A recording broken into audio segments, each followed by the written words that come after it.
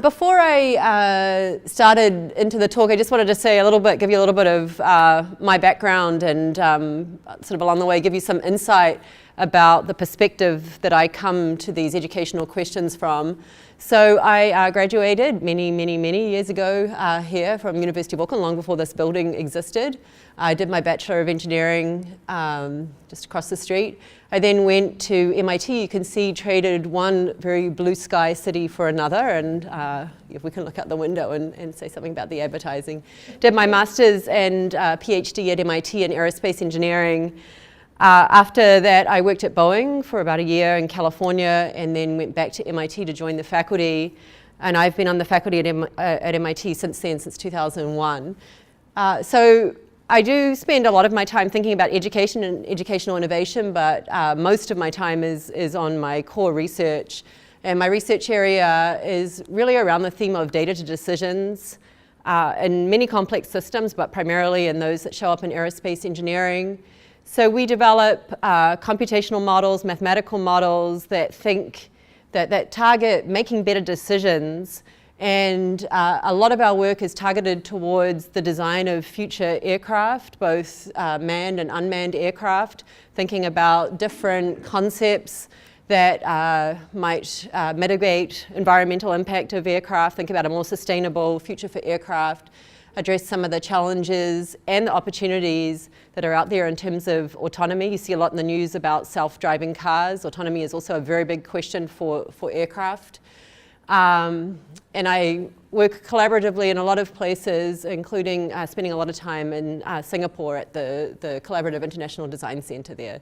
So that's kind of my background, and like I said, I do spend most of my time on research, but you're going to see actually some of the same themes, the data to decisions themes, coming through in education. And I think actually it's really exciting to think about education as a complex system in its own right, and to bring some of the principled approaches that we as engineers bring to problem solving, to think about that kind of principled modeling, computational tools, visualization, analytics, decision-making in education. So the talk's kind of got two pieces. In the beginning, I want to give you just sort of a few higher-level thoughts about the challenges and the opportunities around digital future of education, and also give you a little bit of the context of some of the other things that are going on at MIT and in the US. And I sort of chopped this part of the talk down, but again, if you're interested in any of the things I mentioned, we can certainly discuss them further. And then in the bulk of the talk, I wanted to show you some of my own work that is really focused on data to decisions in education, and in particular talk about some of our work in mapping for visualization and analytics. Okay, so starting off with just a few high-level thoughts around what's going on in education and thinking about the future of teaching and learning and the role that digital technologies can play there. And these next slides are slides from my colleague, Professor Sanjay Sharma, who is the inaugural, recently established position at MIT, the Vice President for Open Learning, who sits right below our President. So President is the equivalent to the Vice Chancellor, and Sanjay reports directly to our President. So here's maybe a picture that you've seen many times. Bologna, often usually credited as being the first institution of higher education to offer degrees, established around in 1088 AD. And again, maybe you've seen this picture thrown around before as well, a lecture taking place sometime around the year 1300 with the professor standing up at the podium and the diligent students sitting there, the ones in the front row, of course, all paying attention, the one sleeping here on the side, the side conversations going on, there's a person here somewhere doing something else, writing, distracted by not yet the iPad. But, lectures circa 1300 AD. And then fast forward, and here's a picture from MIT 6011. At MIT, we refer to everything by numbers. Introduction to Electronics. You can see it scribbled on the blackboard behind. And it's sort of startling how little has changed, really. And I think the sad thing somewhat is that you could walk around campus today and you would see this or perhaps even this at greater scale, a teacher, a professor standing at a lectern with a class of 500 freshmen sitting there, maybe paying attention, but more likely not, in this very passive lecture mode. And that's fine, and this is a model that certainly serves well in some purposes. And I have to say, I still lecture and I love to write on the blackboard. The blackboard is still my favorite medium of instruction. But with technology, we can think about doing so much more and about enriching student learning and student experience in so many different ways.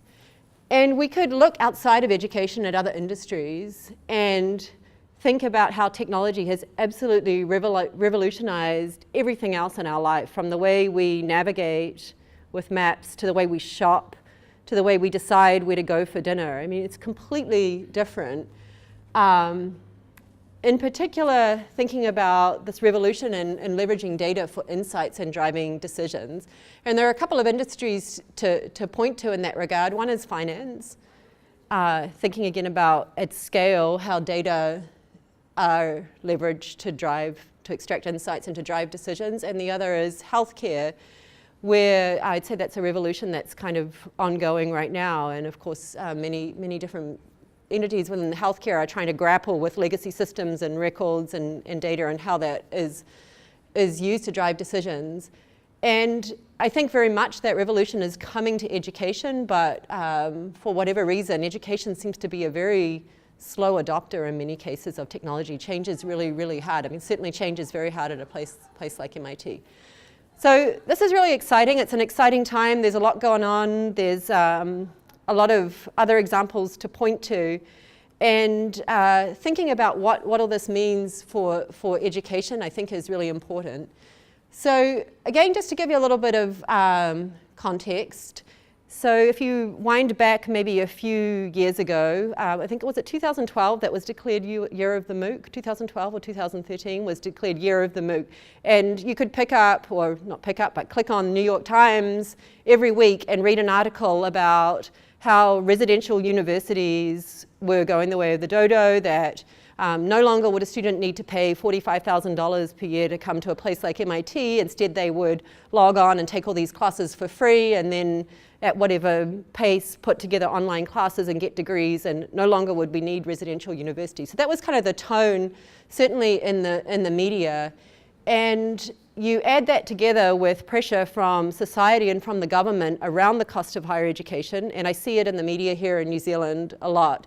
But of course, at the US, we're talking a whole different scale of cost of higher education and the levels of debt that people are graduating with. But a lot of pressure from the government, a lot of pressure from society on higher education institutions to really make the case for what value they add, and also to really challenge their business models. And so it was in that context that President Reif, who was at that time a new president at MIT, charged the task force that Tessa referred to really ask these questions. We had three parts to the task force. One was to look at what we did at MIT and to say what is the future of a residential MIT education for those who come to MIT in some shape or form and graduate with MIT degrees. The second piece was to look at our outward facing through MITx. These are the online offerings through the MOOCs and through edX. And then the third piece was the business model, the financial aspects. So I was one of the three co-chairs of that task force, together with Sanjay and then Israel Ruiz, who was our university executive vice president and treasurer. And it was a really sort of eye-opening experience to come, particularly as an aerospace engineer who had dabbled in education, and then be sort of thrust into this role, and to appreciate how much goes on behind the scenes at a university. And I'll talk just briefly about a couple of the findings from that study. That study that was very MIT focused actually got a lot of attention worldwide, and it led to a further study funded by the Carnegie Corporation, where we looked at this question of online education more broadly and what it might mean for the nation, with a focus on policy. And we released a final report from that study in April at the National Academies. So just hitting a couple of the sort of the big things that I learned along the way through some of these studies. First is the recognition that learning is a complex, multi-layered process, and more so than ever is this complexity apparent. So at the core, of course, is the learner, but the learner there at the core is no longer sort of mostly 99% your 20-year-old student who has come to campus to do a degree. The learner could be anywhere in the world, could be almost anywhere in their life. They could be straight out of high school, but they could also be 35 years old coming back for higher education after having had a family or having dealt with personal issues. The learning environment, again, it's not just the classroom with the professor standing at the front. It could be your home at 10 o'clock at night. I mean, it could be almost anything. It could be Starbucks, probably most likely for many. Again, the institutional context, it's not just 3 or 4 year residential universities like the University of Auckland, like MIT, the social context and the global context. So really a recognition that higher education needs to serve a far more diverse range of both learners and learning environments. And also what kind of goes with that is this complexity is somewhat reflected in all the different fields that impact and are impacted by education. And in the Carnegie report in particular, we did a lot of literature survey of many of the different fields that touch on education, and that's sort of a whole, there's an awful lot to say about that. One of the things that we identified that I think is really exciting, that I won't talk too much about today, but I think it's super exciting, so I want to mention it here, is this idea of outside-in and inside-out research approaches, where an outside-in approach is one that would observe a system from the outside and make inferences about what's going on inside the system, whereas inside-out approaches start with the intrinsic explanations and build understanding outward. And in many fields, what we've seen is a convergence of this outside-in versus inside-out approach, and it's completely revolutionized the field. And a very tangible example of that is biology. If you think back to what biology was a few decades ago, it was an outside-in field with zoology, botany, being based on observations of a system, building the understanding. And you think now about biology being able to model things at the level of the DNA, of the very fundamental building blocks, and build the understanding outward. And it's when those two kind of approaches reach convergence or meet that it really completely revolutionizes a field and completely changes what is possible. And again, biology is just such a great example of that. You think about what's possible now in terms of things like drug design because of these outside-in versus inside-out approaches. And so the question that I think is super exciting is education on the brink of a similar revolution? And I think the answer is yes. I don't know quite how imminent the brink is. But if you look in areas like neuroscience, and at MIT we have in our Brain and Cognitive Sciences department a core of researchers who are working in this area, scientists are beginning to understand at a very fundamental level how the brain works and how we learn at, again, that sort of intrinsic, inside-out level of understanding. How is it that we form memories? How is it that learning takes place? Things that actually have been known for many times, that in order to learn something, you first have to forget it and then be reminded, and that there are optimal times at which you get reminded. And we do this all the time when we teach, by teaching students something and then making them recall it in a homework 2 weeks later, or making them recall it at an exam at the end of the semester. So imagine when we really start to understand the details of how the brain works, and we can put that together with more of the outside-in view that is the tradition in education. And what I think is really key is that technology then is available to help us take advantage of these two viewpoints, to think about instrumenting the learning process, figuring out what's going on in our students' brains and also how they're behaving, and starting to tailor how we deliver materials, how we present materials, how we package materials in a way that really gets at the core of learning. So I think this is super exciting, and this is an area that actually MIT is starting to move towards, trying to look at this integration across these different viewpoints. We have a new institute that's been recently set up. Back to the MIT task force, one of the things that we did as part of that task force was to survey the community. And that was really, really fascinating and eye-opening. We had 52% response rate from faculty, which the institutional research people tell me is sort of unheard of. That tells you how much people were engaged in thinking about the future of MIT education. This is the core of what we do. And also very high response rates from the students. So again, I'm not going to go into any of the details, but if you go to future.mit.edu, you'll see summaries of many of the things that came out of the task force. Things like insight into what principles and values people hold most dearly in an MIT education. What are the things that people think are most important? How do faculty use space? How do they use time in class? What would they like to be able to do but can't do with technology? That survey was really informative. I do want to focus on one thing that came out of the task force, because then we'll transition to the mapping work, and that is this idea of bundling and unbundling. And one of the things that we recognized is, first of all, a residential education is so much more than just a collection of classes. And again, to go back to these New York Times articles talking about the death of the residential university, to think that you can just go online and take whatever the number is, the 20 or 30 classes that you tick the boxes and then you have a degree in engineering, completely overlooks the enormous value that a residential education brings. And of course the classes are important, but there's all the hands-on and experiential learning that takes place within classes, but also outside of classes.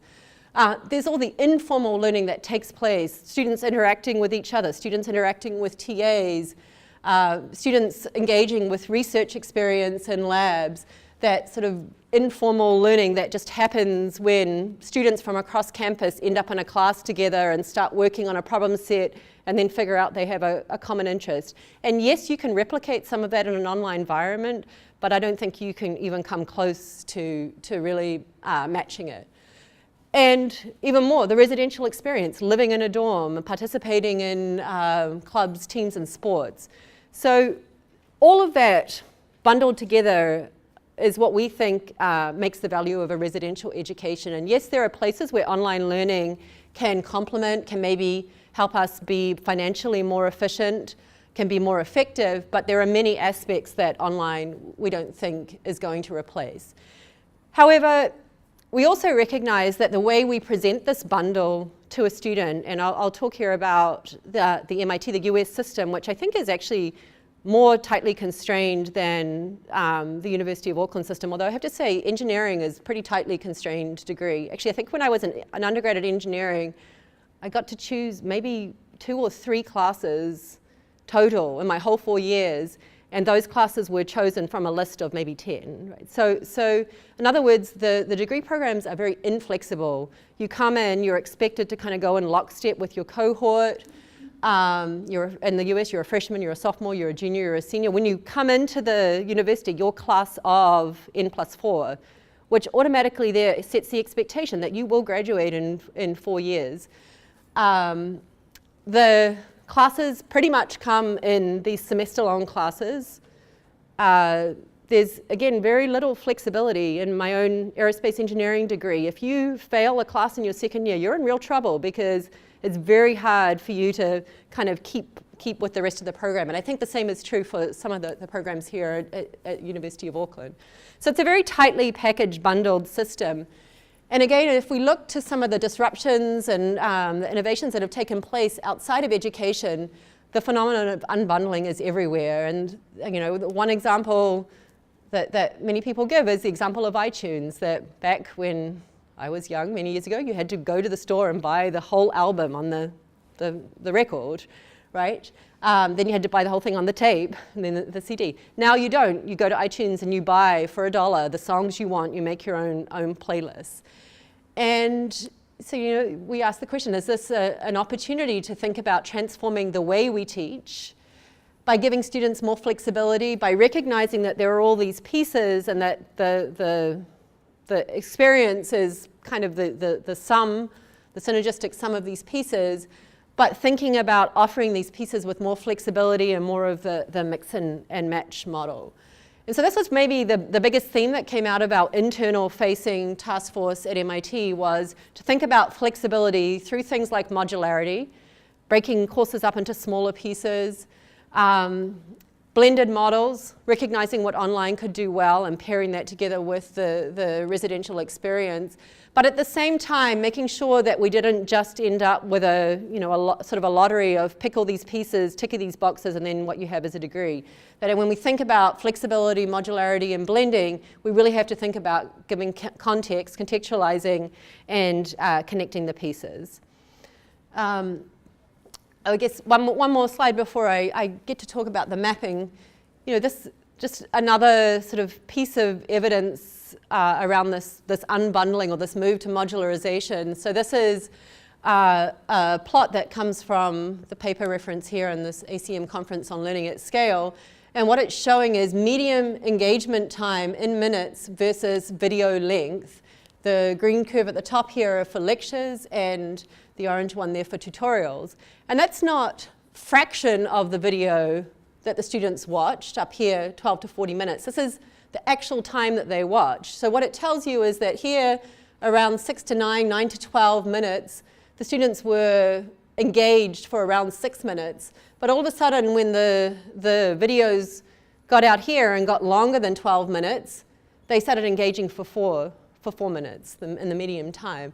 And I don't know, is this surprising? Would you sit down to watch a 40-minute video and stay focused for the whole time? Really suggests that if we're going to create online materials and create online videos that will engage students and get the most out of their time, here's where we should be targeting. And you have to just look at the Khan Academy and its great success to recognize this is exactly where the Khan Academy videos sit, these short snippets that deal with basically one concept. You go in, you think what it is, the concept you're going for, you watch the video, and then next day, later on, there's another one. And there are many other studies in the literature that could be cited, but showing us that, and this is online, but showing us that this 60-minute or 90-minute lecture, the modular material, just taking that and moving that online is probably the worst thing that we could be doing for our students.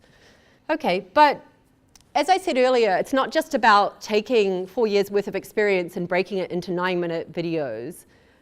It really is about thinking how we could be more modular, but we still absolutely need to provide context and connect the pieces. So now I'm going to transition to talk about some of the work that I've been involved in to really think about these things across the MIT curriculum.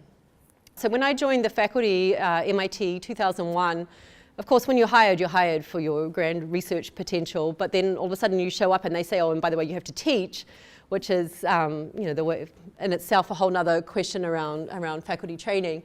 My first year, I was put in to teach the controls class, required controls class in third year of MIT curriculum. I was co-teaching with some older faculty members. And so coming in, the first thing I asked was what controls, so for those who don't know controls is basically applied mathematics. The stuff that the students learn in freshman year with the basic mathematics, they then take that and use that to design controllers to control airplanes or to control rockets. And so the first thing I asked was, okay, what have the students seen in the previous class and how are we using it here? And my colleagues looked blankly at me and said, well, we don't know. I don't know, go have a look at their syllabus. And at that point I began to realize there's this enormous void. In fact, what do engineering faculty do when they need a math concept? If the students appear to have blank looks on their faces, they would just teach it again in the controls class. But make no effort to really understand how did the students see it, when did they see it, did they see it, if so, what language was used, in what kind of context. So right there in the beginning, I took the trip across campus to the math department, and I think they were so thrilled to see, like an engineer had actually taken the time to come and see them and ask what they were teaching. And through those conversations, the first thing I learned is that mathematicians and engineers speak completely different languages. Some very fundamental concepts, we had different names for them. And if we as the faculty were using different words, and yet somehow these students seeing the material for the first time were supposed to infer that we were talking about the same thing. So you immediately start to see this gap. And of course, this gap is great. This is a chance to exploit. The students get to see concepts from different perspectives. But we as faculty have to start thinking about connecting the pieces. The other thing was I would say to the students, okay, we're going to be talking about something, something in here. We're going to be thinking about simple harmonic oscillators. It builds on integration of ODEs, and they'll look at me and they say, oh, that was in the math class, but I knew I wanted to be an aerospace engineer. I didn't think I needed to pay attention in the math class. Right? They view the math classes as requirements to tick the degree boxes without appreciating when they're sitting there that all these abstract math concepts, derivatives, differentials, absolutely they were going to need in engineering. So it's kind of a two-way flow as engineers, recognizing what is being taught and how, but then for the math faculty to really understand how those concepts were going to be used downstream and to inspire the students with examples that would help give the context. So out of those conversations came a collaboration with Haynes Miller from the math department, and we built Crosslinks, which is an open site that tries to map topics across MIT. And what you're seeing here is just one example of the Crosslinks network that has an interactive visualization. And if you hover over one of these nodes, I think over here the little hand is moved, but we're actually hovering over, we must be hovering over simple harmonic oscillator. It's lighting up the network and showing you all the topics that simple harmonic oscillator builds on. And if you were to click on any one of these, each of these topics has its own Crosslinks page. And what we've been doing is collecting resources across the campus that relate to the topic. So places where the students could go to learn about differential or learn about derivative. Places where they could go to see examples of differential or derivative in action, so follow-on applications. And what you will see is that a lot of the learn resources sit in the fundamental, the maths and the physics departments, whereas a lot of the applications would sit in business or engineering or architecture where the concepts are applied. So this was a first effort to really sort of try to get to this idea of topics mapping, and like I said, it really grew out of a desire to connect differential equations and controls, but has grown beyond that. And then that really motivates the question, well, is there value in this sort of general notion of mapping, of thinking about the different pieces of the educational data and particularly how they relate to each other? So the first kind of key motivation, I've already talked about that a little bit, to understand and document what we are teaching. And when I come to talk about outcomes, I'll come back to that one even more. That, again, I don't know whether MIT is just uniquely terrible in this space. I know I'm being videoed, but at some point, I don't think anybody really knew exactly what was being taught in all the classes. Don't tell the accreditors that, right? Because what happens is a faculty member comes into a class and changes it a little bit, and then somebody else changes it a little bit. And yes, it's sort of generally a class on this or that, but do we really know exactly what's going on? It's not to say we need to control it, but just to know, to document and understand what we're teaching. I already talked a lot about connecting the pieces, and I feel that as we move towards more modular, flexible education, the connections are going to become even more important because students will take different pieces, different pathways through the pieces, and eliciting those connections I feel is really critical. This third one, to enrich our ability to revisit, refresh, and reuse learning resources. Again, I don't know whether we're just particularly bad. I suspect we're quite representative. What happens when you have to go and you get assigned to teach a new class, you may be asked for the old notes, but you end up just creating your own stuff again, right? And it's a lot of work. Wouldn't it be great if it were easier to use other people's learning resources, if it was easier to compose classes, or to say to the students, today we're going to be talking about topic X, but this professor from Berkeley has put these lectures online and I think they're great, so let's watch them together.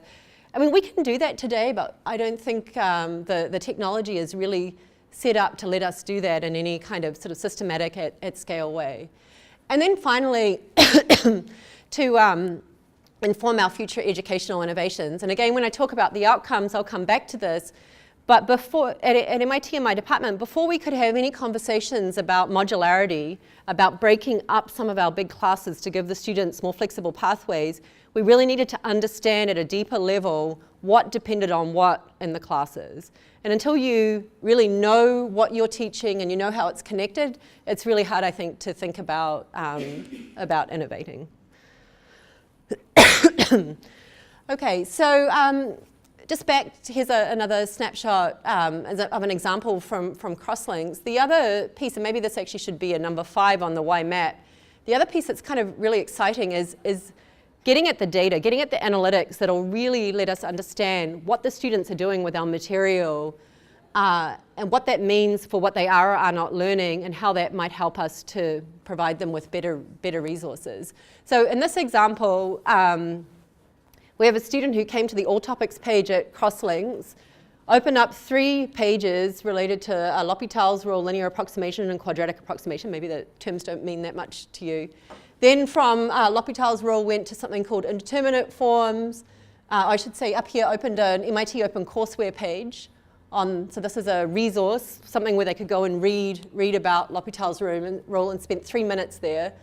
Went to indeterminate forms, spent 30 seconds on the Crosslinks page, went to limit, opened up again another MIT OpenCourseware page, spent about 4 minutes there, went back to L'Hopital's rule, launched this MIT OpenCourseware page, also 2 YouTube videos and a Khan Academy video. Now the details of what these concepts are not important, but the point is we can now start to collect this kind of data at scale to see what are the pathways the students are taking through these topics. When are they going to a topic because they think it's connected? We all know students think things are related that often aren't. Going to a topic because they think it's connected, realizing it's not what they were looking for, coming back, going somewhere else. Where are they spending their time? What resources are they using? Counting how many views. So that was one student pathway, but then you could imagine layering on how many students viewed the Khan Academy video. So again, to me, this is kind of exciting because it actually says we could start to drive decisions with data, which again is what we do in engineering, as opposed to me just creating resources that seem good to me because they're the way I like to think about the problem. And once we have the map, once we have the structured models of how things are related, layering in the student analytics and the data on top of these, I think becomes much more meaningful, looking at the pathways. And so this is some work that we're hoping to take quite a bit further in the coming months. I just want to give you just a little bit of insight about some of the other ways you can map, because it doesn't have to be around topics. Exosis is our outcome mapping system. And it's the same idea, but now we're talking about learning outcomes as opposed to topics. So an outcome is something that a student ought to be able to do after consuming an educational resource. So just like with the topics, we think about prerequisite outcomes. Before you can do outcome X, what are the other outcomes you have to have mastered, prerequisite outcomes? We also think about modules. So module not necessarily being a piece of a class, but rather being a group of now collected outcomes that may be strongly related. So I've had a project going on at MIT. So this was the MIT version of the Exosis project. We call it MIT-OSIS. And what we've done is collected outcomes across all the classes that are required in aerospace engineering. And so there's more than 1,400 outcomes. And you can imagine any one class probably has around 20 outcomes. These are the things the students should have achieved after they've taken the class. And again, what we've done is gone through and done the mapping. How do the outcomes within the class depend on each other, but also how do they depend on classes that come as prerequisites, and also the classes, in the math department and the physics department outside of the department. So you can visualize all this data. This is all online and all open. And in fact, both Crosslinks and Exosis, the code bases are open source and are on GitHub. They can be downloaded and they can be forked, and a version of them stood up wherever. So you can go and explore the MIT outcomes online. We did the same thing at SUTD, and actually I haven't mentioned this. But I think this is a really important point. All these technologies that I'm talking about, I don't want to say it's really easy. It's much easier to do a one-off project and to get a great tool that really serves your needs and creates great visualization. What's much harder is to do something that scales. that's extensible, that could be picked up by other people, that would apply to more than just mapping the aerospace engineering department at MIT. And Luann, who's sitting here in the front, who hates when I point her out, is actually the technical master behind all of this stuff. But we work really hard to try to create flexible, extensible technology, which I should say, and I've really become to appreciate it through Luann, is a much, much harder thing to do than just a one-off. So Luann and I were both at SUTD, Singapore University of Technology and Design. That's the brand new university in Singapore that MIT has helped to create. We were there in the fall, and using the Exosys technology, we were able, actually very, very quickly, within the matter of a couple of weeks, to grab all the outcomes and map the entire undergraduate curriculum at SUTD. They're structured with pillars of their equivalent of departments, 50 subjects, and they had around 300 outcomes. And again, that data set is online and you can go and explore it. But I think that was a really great example of building a good technology and then being able to come in and think about mapping other data sets. I didn't want to do a whole lot of demos because it's too passive. You can go explore them. But just to give you a sense of how some of these outcome maps have actually been used both at MIT and SUTD. We ask questions like, are there better ways to organize and sequence content? I talked about modularity, which relates to that. In Singapore, they have a common freshman year, and there was a question that had been raised by the students who felt that the architectural and sustainable design pillar was not necessarily connecting strongly to their freshman year. So with this mapping, it's very easy to go in and visualize that and to see, are there links? If so, where are they? Or how might we strengthen the links? At Singapore again, they've done some really interesting stuff with, instead of teaching one chemistry and one bio class, they've taught these integrated chem bio classes, and the same thing for maths and physics. Instead of teaching maths and physics, they've created an integrated math physics class so that, for example, you can see derivatives and trajectories together and appreciate the connections among the concepts. And looking at how that changes the overall curriculum map is one thing they could do. Looking to see what role do design activities play in synthesizing outcomes across the curriculum. So lots of questions that you can now start to ask and answer driven by the data.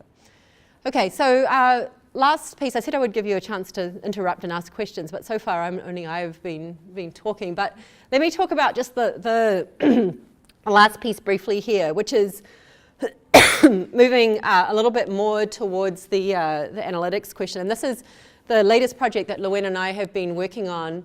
So what we're looking at here is a network map of the entire MIT undergraduate curriculum. And it's a little bit small and hard to read, but let me see if I can. So this is an interactive map. And for those of you, if you like Google Maps, that search the map and about this zoom down here should look familiar. I love using Google Maps. It's kind of the way I like to search for everything. I think because I like to see where things are relative to each other. So in this map, nodes are classes at MIT, and the links between the nodes are the prerequisite structure. So this is essentially a visual map of our subject listing, the registrar's listing of subjects that have prerequisite and co-requisite relationships. The classes are clustered by departments. We can zoom out and zoom into the map and start looking in more detail. You'll see now the numbers. I said at MIT everything is indexed by number. So there's 18104, seminar and analysis, and we can interact with the map and again see these pathways, see the prerequisite behavior. In this particular map, the blue nodes are nodes that are on OCW. This is a map that we've made for OpenCourseWare. So the blue nodes here, oh, thank you very much. I've got hit by the Auckland flu and I have been sick for about two and a half weeks now. Almost recovered. The blue nodes here are on OpenCourseWare. We can also search the map. So I don't know, we could search on something like finance. And you can see that what's coming up are all the classes. You can see these topic and subtopic and specialty tags. So these come from the OCW database where every class is tagged with keywords that sort of is across the data set. How many classes are in the data set? About 1,400? We can also click here, show on the map, and now we'll start to see, you can see there the highlights. The screen is kind of compressed, but you can see here the highlights of all the classes that are touching. So there, course 15 is Sloan School, but you can also see classes in math, classes in economics, 14. So, you know, computation, all these different themes that we might be interested in seeing. There's all the classes across MIT that are tagged with this computational title. This is going to be going live soon on the OpenCourseware site as maybe a way for users of OCW. OCW has about 2 million visitors per month. To think of a different way for exploring the kinds of material that MIT is putting out online. You can also think about bringing in layers of analytics onto the map. So in this particular one, it's the same data set, but now the colors relate to the size of the class. So I was talking about modularity. In this one, the blue classes are the classes that are shorter than a semester long. And you can see, again, it's a little hard to read, but mechanical engineering, civil engineering, which is here somewhere, and the Sloan School of Management. These are all departments that have modularized their curriculum and offered shorter classes. And at a glance, we kind of see where that's going on. And again, we could zoom in and take a look. I won't show you this one interactively, although you can see this one at my webpage. I've also have been building these kinds of maps at the class level. So this is a class in computational methods that I teach. And what I'm trying to do here is map the relationship between the outcomes in my class, or the red nodes, and all the content that the students see. So each one of these bigger nodes is like a piece of lecture notes. And the students could come in and say, well, I'm trying to achieve this particular outcome. What are all the places in the lecture nodes that touch that? Or this lecture, what is it about? What is it I'm expected to be able to do? And again, you can see the modular structure of the class, kind of the 4 chunks, and you can see the connections among the different pieces. You can see this one up here is actually, this is the last module in the class, and you can actually see kind of like a bunch of pieces that are not really tightly connected. So I think even just graphically, you get kind of a snapshot of what is this class like. If we wanted to break this class up, it's actually fairly natural because there are not a whole lot of cross-module connections. But this is now at the more detailed level. Okay, so lots of things there. If you want to learn more about the mapping research, we have the Mapping Lab webpage here, mapping.mit.edu. And let me just also really quickly, before I take some questions, acknowledge all the people that have contributed. So I already mentioned Luen, who's sitting here, who is behind most of the technology that you've seen today. We also work really closely with the Office of Digital Learning at MIT, and we get some good technical support from those guys, and a lot of bits and pieces of funding. I always joke that, you know, I mean, I get lots of funding for research. I go to the Air Force and they give me big grants, but for education, it's like I have to get $5,000 from this one and $5,000 from this one and piece them all together. But MIT actually has been really great at helping to fund some of these projects. Okay, so that's more than enough from me. Let me stop there and take some questions. Thank you. Thank you very much. Okay, thank you.